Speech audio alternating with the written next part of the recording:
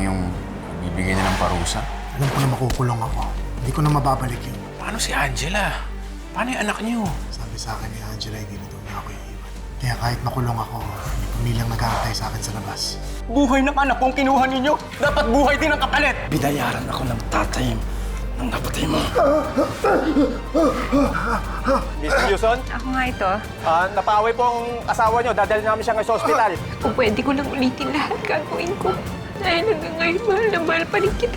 Pasensya na ho. Ginawa namin lahat ang makakaya namin. Pero sadyang pumigay na ho yung puso ng asawa niyo.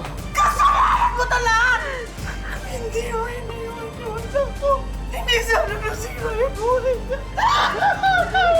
Kayo na lang ho yung pag-asa. Tulungan niyo ho ako. Ibalik yung asawa ko. Wala akong kapangyarihan magbigay ng buhay. Pero kaya niyo ibalik ang panahon. Maaring mabuhay si Bernard, pero hindi nangangahulugang magiging maayos ang lahat. At maaring iba ang maging kapalit. Kung maayos ko ho ang buhay na nakapalit ng buhay ko, kaya kong isakripisyo lahat yun para sa mga mahal ko. Nakabalik ako. Ano nangyayari sa'yo? Gusto mo ba talaga ituloy yung pagalis mo? Angela, pwede ba tayong mag-usap? Buhay ka! Of course. Bakit? Pinapatay mo na ba ako? Naipakita ko na sa iyo ang lahat ng maaaring mangyari kung magpasya kang manatili dito. Tinitiyak mo bang ito ang gusto mong kapalaran? Opo, Nay. Hindi na ako aalis. Hindi na kita iiwan. Na baka dapat lumayo muna kami. Malayo sa lahat ng gulong ito. Malayo kay Chloe. Para makapagsimula ulit kami.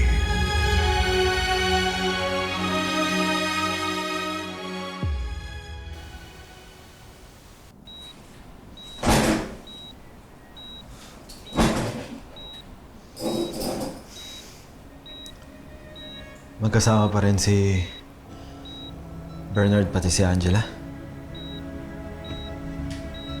Opo, boss.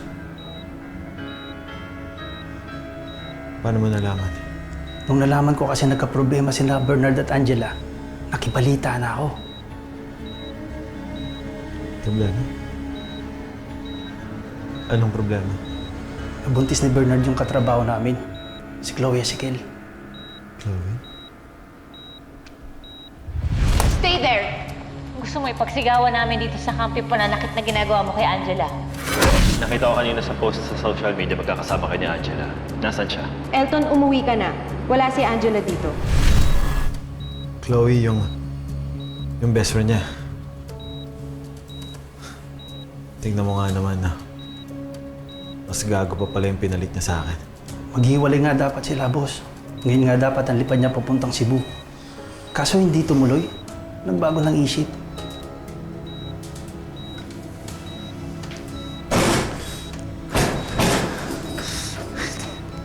Hindi. Hindi pwedeng mangyari to. Hindi sila pwedeng maging masayang dalawa.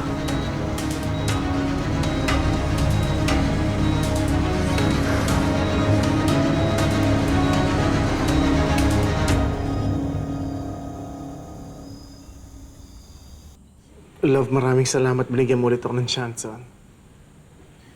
Hindi ko akalain na makakasama ulit kita. Paano naman ang baby natin?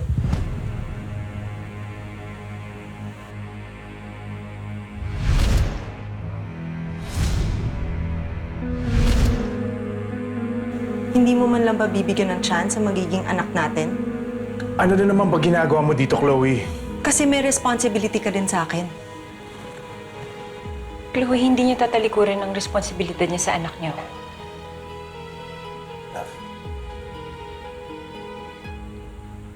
Wala namang kasalanan yung bata sa nangyari sa inyo eh. Tatanggapin natin siya. Gagawin natin to para sa bata. Chloe, hindi ko gusto na may mangyaring masama sa baby mo. Fine. I accept. May check-up ako bukas. So kung totoo yung sinasabi niyo na may concern kayo sa magiging anak ko, I hope to see you there.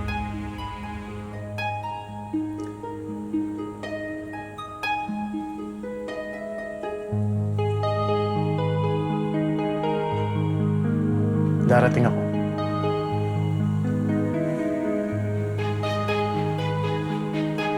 Anak, narinig mo yun? Makakasama natin bukas ang daddy mo. Are you happy? Because I know I am. So don't be late.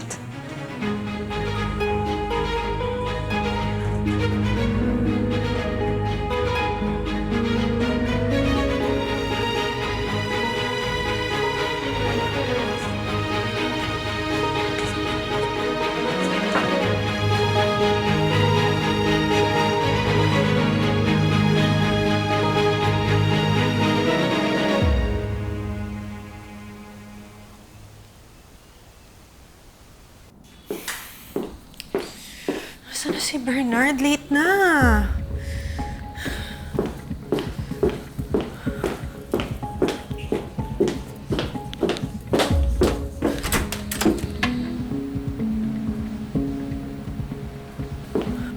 Where the hell is he? Siguro pinaasa lang nila ako. I'm so stupid. Bako naniwala sa Angela na yun. Chloe, hindi niya tatalikuran ng responsibilidad niya sa anak niyo. Tatanggapin natin siya. Gagawin natin to para sa bata. Ayokong may mangyaring masama sa baby mo, Chloe. Siguro gumaganti lang siya sa akin. Makaarma sana sila.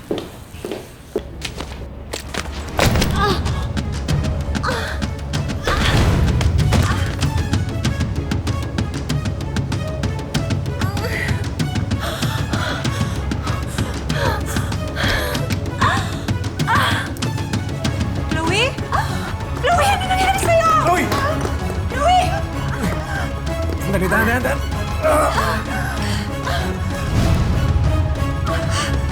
May dugo!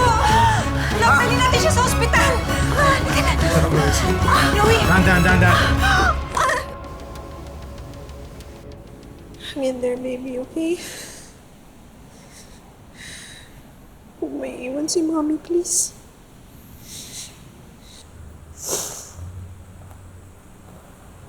Kita niyo ginawa niyo sa akin.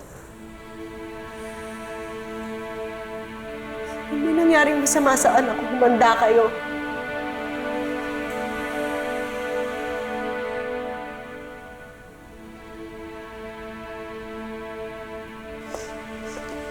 Doc, how's my baby?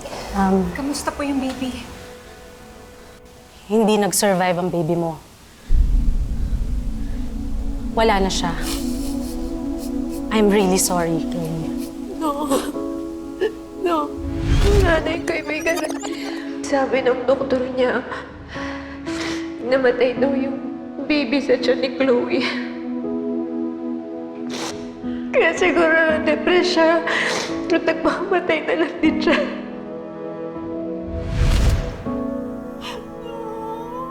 Hindi totoo yan. Hindi pwede mangyari to, Doc! No! Hindi pwede mawala yung baby ko! Doc, wala naman kayong pwedeng gawin. Doc, please do something. Please save my baby. Ano bang klaseng hospital to? Napaka-incompetent yun naman! Bakit hinayaan yung mamatay yung baby ko? Bakit nag-give up na lang kayo bigla? Bakit? Doc, sige, kami na po bahala. Excuse me. Chloe, bakit mo naman sinisisi sa iba yung nangyayari?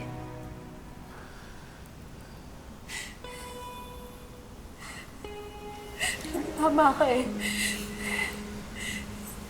Hindi naman silang gumawa sa akin ito eh.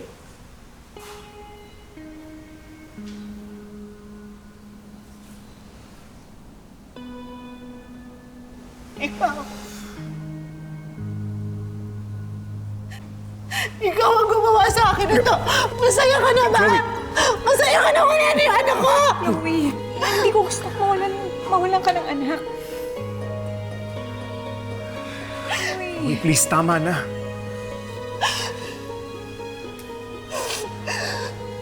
Alam ko kung gaano kasakit mawalan ng anak.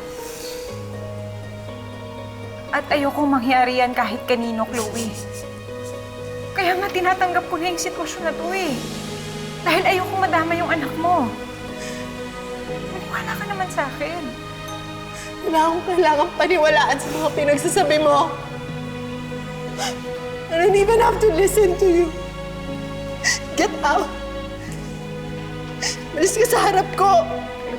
Umalis ka sa harap ko! Get out!